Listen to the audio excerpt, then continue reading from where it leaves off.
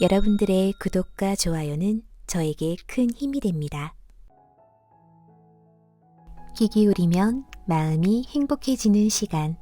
안녕하세요. 빛나는 오늘을 듣다입니다. 오늘 함께할 책은 가진 것이 없다면 운으로 승부하라. 저자 시바무라 에미코, 펴낸 곳은 라이스 메이커입니다. 뭐든 지나치게 참아내고 무턱대고 열심히 하는 것만이 성공의 열쇠가 될 수 있을까요? 여기 가진 것이 없는 당신도 운으로 승부할 수 있다고 자신 있게 말하는 사람이 있습니다. 중졸의 학력으로 일본 최고의 부자가 된 사람, 바로 괴짜 대부호라고 불리는 사이토 히토리입니다. 그는 단 10명의 제자만 둔 것으로 유명한데요. 이 책은 그의 첫 번째 제자인 시바무라 에미코가 30년간 그에게 전수받은 운을 끌어당기는 비결을 소개하고 있습니다. 그저 운이 좋았지. 사이토 히토리는 자신을 대단히 여기는 사람들에게 이렇게 말합니다. 그렇다면 그가 말하는 운이란 과연 무엇일까요? 그동안에 무엇이든 열심히 하는 노력과 힘들어도 버티는 근성을 강조하던 성공론들과는 전혀 다르게 그가 이야기하는 성공의 비결은 쉽고 단순합니다. 사람을 끌어당기는 매력의 법칙, 뭐든지 즐겁게, 세뇌보다 강력한 즐거움의 법칙, 그리고 서로의 마음에 빛을 밝히는 사랑의 법칙, 이렇게 세 가지를 강조하고 있습니다. 글의 내용은 제자인 시바무라 에미코가 사이토 히토리와 주고받는 대화로 대부분 이루어져 있습니다. 그럼 나는 가진 것이 없어 라며 좌절하지 말고 나는 생각보다 가진 것이 많은 사람이라는 사실을 깨닫게 해주는 운과 매력, 그리고 즐거움과 사랑의 법칙에 대한 이야기를 한번 들어볼까요? 얼마든지 매력적인 사람이 되려면 어떻게 해야 될까요? 무엇의 매력을 느끼냐는 사람들마다 제각각 다 다를 것입니다. 예를 들어 엄청 평범한 사람이 있는데 다른 사람에게 그냥 아무리 봐도 평범한 사람이야 라고 말하면 아, 그렇구나 하고 바라보는 눈이 달라지며 고개를 끄덕이죠. 그런데 그 사람 어느 대학에서 최고였대. 게다가 그 사람 아버지가 어디 시장이래. 외동에 돈도 많대. 라는 등의 말까지 들으면 점점 더 매력적으로 느껴지지 않나요? 바로 좋은 말을 더해 나가면서 매력이 된다는 것입니다. 그렇게 사람은 얼마든지 매력적으로 될 수 있죠. 하지만 반대로 얼마든지 매력적이지 않게 될 수도 있고 매력을 아예 없애버릴 수도 있습니다. 간단히 말하면 지금 자신이 내뱉는 말이 매력적이냐 매력적이지 않느냐의 문제라는 것입니다. 매력이 없는 사람은 찬찬히 보면 반드시 매력이 없는 말을 하고 다닙니다. 만약 내가 가게를 운영하는 사람인데 불경기네요 라고 한 번 정도 말했다면 괜찮지만 불경기라는 말이 입에 붙었거나 정치를 잘못해서 또는 부패해서 라는 식의 푸념만 늘어놓는다면 매력이 없겠죠. 그 대신 아무리 불황이지만 아무것도 안 살 수는 없을 거야. 확실히 잘 되는 가게도 있는 거 보면 우리도 열심히만 하면 못하리라는 법이 없잖아. 이렇게 말하는 것이 훨씬 매력적으로 들리지 않나요? 사이토 히토리는 이처럼 매력적인 말을 하면 매력을 저금할 수 있다고 말합니다. 이 우주에는 우주 저금이라는 것이 있어. 거기에 저금액이 차곡차곡 쌓이는 거지. 우주 저금이라는 건 말이지 엄청난 금리가 쌓이는 거야. 나는 자주 여러 사람으로부터 어떻게 하면 나처럼 성공할 수 있냐는 질문을 받는데 방법을 얘기하자면 우주 적응을 하고 있기 때문이야. 좋은 일만 일어나는 사람은 매력적인 발언을 하고 우주 적응을 저축해. 나쁜 일만 일어나는 사람은 매력 없는 말만 해서 우주 적응이 마이너스 뿐이야. 그렇다면 매력이란 뭐냐? 간단해. 매력적인 말을 하고 매력적인 행동을 하는 거야. 단지 그것뿐이야. 지금 자신이 하는 말이 매력적인지를 생각해봐. 지금 한 행동이 매력적인지를 생각해봐. 매력이 없다는 것은 끌어당기는 힘이 없다는 말이지. 끌어당기는 힘이 없는데 고객이 모일 리가 없잖아. 끌어당기는 뭔가가 없다면 방법이 없어. 사람은 상대의 뭔가에 이끌려가게 돼 있거든. 그래서 여러 가지 상황에서 자신이 매력적인지를 생각해 보면서 해나가야 하는 거야. 남이 좋은 것을 가르쳐주고 있는데 실천하지 않고 또 실천하더라도 불평을 늘어놓으며 하고 있거나 그렇다고 스스로 지혜를 내놓지도 못한다면 그런 사람은 전혀 매력이 없다고 여겨집니다. 스스로를 매력적인 인간으로 만들어가는 것은 듣는 사람의 마음도 가벼워지고 환해질 수 있는 긍정적인 말을 하고 언제나 웃는 얼굴로 자신이 살아있음을 감사하게 여기는 것입니다. 이것이 진짜 매력인 것입니다. 즐겨하는 말에 따라서 눈앞에 일어나는 일이 전혀 달라지는 것을 아시나요? 마음이란 건 항상 나쁜 일을 생각하기도 하고 즐거운 일을 생각하기도 하면서 자꾸자꾸 바뀌는 것이죠. 따라서 마음에 순응하면 안 됩니다. 인생은 반드시 어두울 때가 있는가 하면 밝을 때가 있죠. 하지만 저녁 무렵이 되어 어두워지면 불을 켜듯이 인생도 마찬가지입니다. 어두워지면 불을 켜면 됩니다. 좋은 일이 일어날 것 같은 기분이 들어. 이렇게 말하면 마음은 순식간에 바뀌죠. 그런데 대부분의 사람은 나쁜 일이 일어나면 나쁜 말을 입에 담죠. 아, 역시 나쁜 일이 일어났어. 불을 켜지 않은 채 계속 가만히 있죠. 하지만 반대로 밝을 때는 밝은 이야기를 합니다. 불이 필요 없는데도 불을 켜고 밝은 이야기를 하는 겁니다. 어두워지면 불을 켜야 하고 밝아지면 불을 켤 필요가 없다는 걸 알면서도 어두운데도 불을 켜지 않고 오히려 밝을 때 불을 켜는 것이죠. 그래서 이상해지는 겁니다. 어두워지면 불을 켜야 하는데 말이죠. 아, 나쁜 일이 일어날 것 같아 하고 한숨을 내쉬면 안 돼. 아, 행복해 라고 말하는 거야. 인간의 마음이란 계속 바뀐다는 걸 명심했으면 해. 어두워졌을 때는 밝게 하고 밝을 때는 잠자코 있는 거야. 밝을 때는 일일이 말하지 않아도 밝으니까. 그렇게 기분을 유지할 수 있다면 항상 밝기 마련이야. 그리고 주위 사람들에게도 불을 밝혀줘야 해. 만다라라는 것이 있어. 그러니까 그 만다라의 중심에 반드시 자신이 있고 자신의 중심으로 해서 사람이 가득 있는 거야. 당신 주위에 사람들이 있어. 그때 주위 사람들 한 사람 한 사람의 마음의 빛이 밝혀지면 그게 바로 밝은 인생이라는 거야. 주위가 밝으면 전체가 밝아지니까. 하지만 주위의 빛을 꺼트리는 사람도 있어. 간신히 밝힌 다른 사람의 빛까지 야단을 치거나 화를 내 꺼트려서 암흑을 만들고 끝내는 자신의 빛까지도 꺼트려버리는 사람들 말이야. 그래서는 행복해지지 못해.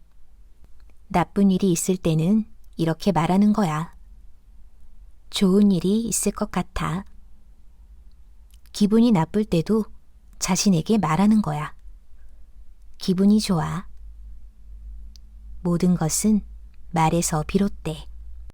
히토리 씨가 회사에 없을 때는 대개 어디론가 여행을 떠나 있는 경우가 많지만 가끔 제자들의 회사에 얼굴을 내미기도 합니다. 그럴 때 그가 직원들에게 빠뜨리지 않는 말이 있습니다. 열심히 하고 있군요. 감사합니다. 그러고는 세상 이야기를 하며 열을 내곤 합니다. 나는 히토리 씨가 전 직원을 위해 뭔가 도움이 될 만한 이야기를 해주길 바라지만 히토리 씨는 직원들이 하는 일에 간섭하려고 하지 않습니다. 내가 무슨 말을 하든 사람은 사람을 바꿀 수 없어. 홈리스인 사람들은 열심히 최선을 다했지만 결국 홈리스가 되고 말았지. 그 사람들은 현재도 열심히 노력하고 있는 거야. 홈리스가 되기 전에 자살해버리는 사람도 있으니까. 모두들 그래. 모두 열심히 하고 있어. 열심히 일하고 열심히 살아가고 있어. 나는 그렇게 생각해. 이것이 내 지론이야. 모두들 열심히 하고 있고 나도 열심히 하고 있어. 그러니까 좀 더 확실히 해. 좀 더 열심히 해. 이런 말을 하고 싶지 않아. 사람은 누구나 자신이 열심히 하고 있다는 것을 인정받고 싶어 해. 그런데도 대부분의 사람들은 상대에게 설교를 하지. 이렇게 하지 않으면 안 돼. 저렇게 하지 않으면 안 돼. 하면서.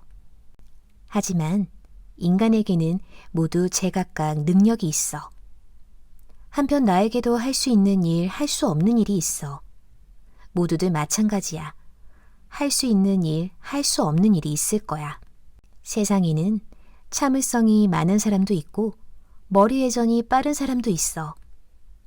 하지만 반대로 그렇지 않은 사람도 있어. 그런데도 나는 할 수 있다고 해서 그렇게 할 수 없는 사람에게 똑같은 일을 하라고 강요하는 건 괴롭히는 것과 똑같아. 그러니까 한마디면 충분해. 모두들 열심히 하고 있군요. 그런 말을 듣는 사람은 생각하겠지. 아, 내가 하는 일을 인정해주는 사람도 있구나. 그렇게 하면 마음의 빛이 밝혀지고 걸어갈 용기가 샘솟게 돼. 설교를 들었다고 해서, 지적을 받았다고 해서 사람은 움직이지 않아. 모르는 건 알 필요 없어. 달리기가 갑자기 빨라진다거나 노래를 갑자기 잘하게 된다거나 하는 일은 없잖아. 중요한 건 그 속에서 어떻게 하면 자기 자신이 행복하게 살아갈 수 있느냐 하는 거야.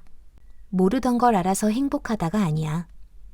모른 채로 어떻게 하면 행복해질 수 있냐의 문제야. 나는 지금 이대로가 최고다. 이것이야말로 자신의 노력으로 얻은 결과인 거야. 그리고 사람들에겐 이렇게 말하는 거야. 당신 있는 그대로 살아가. 그대로의 당신이 멋지다고. 이렇게 말하는 게 오히려 상대를 위하는 노력이 아닐까? 내 본가는 홋카이도에서 장사를 했습니다. 장사라고 해봐야 작은 마을의 작은 가게였죠. 그래서 부모님이 바빠 가게에 나올 수 없을 때는 어린 나도 가게를 봐야만 했습니다. 보잘것없는 작은 규모의 가게라도 장사꾼의 딸인지라 주문을 받으면 바로 예라고 대답해야 해. 그리고 웃는 얼굴로 고맙습니다 라고 하는 거야. 라는 말을 부모님으로부터 귀에 못이 박히도록 들으며 자랐죠. 혹시라도 제대로 못했을 때는 꿀밤을 맞기도 했습니다. 그래서 어느새 그 습관이 뼛속 깊이까지 스며들어 자연스럽게 내 일부가 되어서 손님에게든 누구에게든 예 하고 대답하고 웃는 얼굴로 고맙습니다 라는 말을 하게 되었습니다. 그랬더니 주위 사람들로부터 애미는 덜렁대며 단순하지만 착한 애구나 하는 말을 듣고 학교에서도 학생의 임원 자리까지 맡게 되었습니다. 그래서 나름대로 꽤 바쁜 학창 시절을 보냈죠.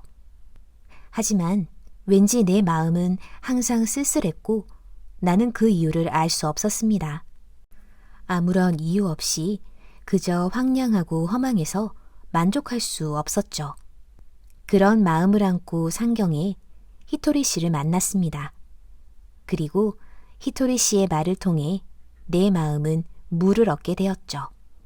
사람은 행복해지기 위해서 태어났어. 그러니까 우선 자신이 행복해져야 해.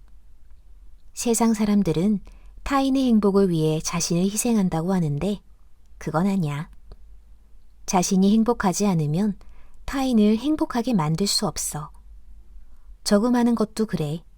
돈을 갖고 있지 않으면 저금할 수 없지. 그러니까 우선 자신에게 여유가 있어야 해. 그래서 말인데 나는 양초같이 살았으면 좋겠어. 양초는 자신을 태우면서 주위를 비추잖아. 그리고 자신의 불꽃을 다른 양초에게 나누어줘도 불꽃이 줄어들지 않아. 그렇게 타오르다가 마지막 순간에 가장 큰 불꽃을 내지. 나도 이런 식으로 다른 사람들 마음에 빛을 밝히면서 살아가고 싶어. 자신이 우선 행복해져야 한다는 말은 부모님이나 학교 선생님으로부터 배운 일반적인 지식의 범위 내에서 살아온 나를 바로 변화시키지는 못했습니다. 하지만 왠지 모르게 감동이 밀려왔죠. 그러나 어떻게 해야 행복해지는지 알 수 없었습니다. 당시 나에게 행복해진다는 것은 부자가 되는 것 이상도 이하도 아니었거든요. 그런데 히토리 씨는 그렇지 않다고 했습니다. 작가가 책을 쓸 때 테마를 정하고 그 테마에 맞춰서 이야기를 풀어가잖아. 인생이라는 것도 테마가 중요하지. 나는 내 인생의 테마를 희극이라고 생각해. 무슨 일이 있어도 해피엔드로 끝나는 인생을 만들어가고 싶어. 즐겁고 재미있고 행복한 인생을. 그런데 간혹 자신의 인생 테마를 비극적으로 설정하고 그대로 만들어가는 사람이 있어. 그런 사람은 아무리 풍요로운 나라에 살아도, 부모가 소중하게 키워줘도, 남들이 그를 소중하게 생각해도 인생이 슬퍼. 요컨대 생각하기 나름인 거야, 행복이란 건. 지장보살이라는 게 있어. 한문으로 땅의 창고라는 뜻이지. 땅속은 보물 창고야.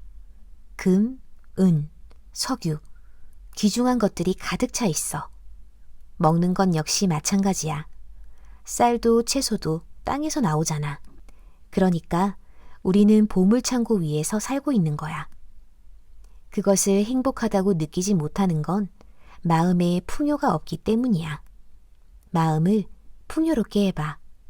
자신이 행복하다는 것을 깨닫게 될 거야. 하지만 어떻게 마음을 풍요롭게 만들 수 있는지 알 수 없었습니다.